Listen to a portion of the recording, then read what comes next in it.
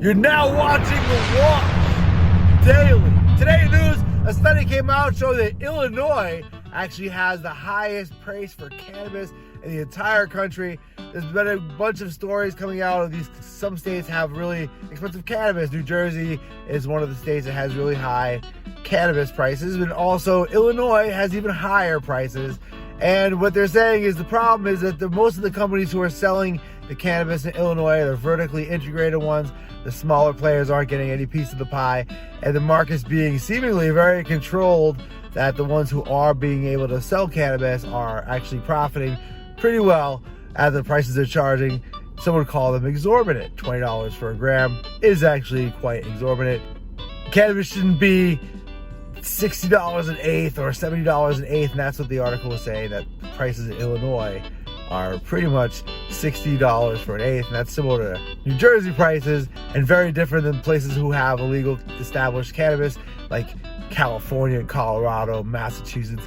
Those folks have cannabis in the single digits per gram.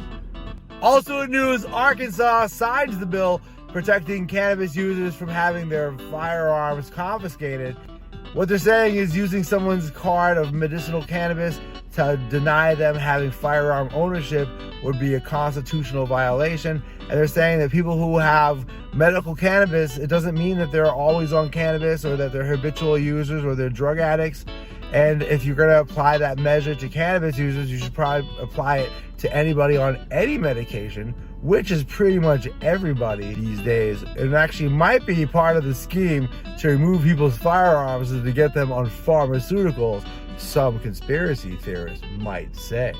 Also in news, the Joe Biden cabinet, who are usually doing nothing or saying nothing important of any value, are saying more things not of any value and not very important. What they're saying is Joe Biden has really done a good job of making cannabis, I guess, not accessible for veterans, or maybe they're saying folks get fired in the military because they're using cannabis even though they're selling it on the streets in DC and you can't walk around and not smell cannabis.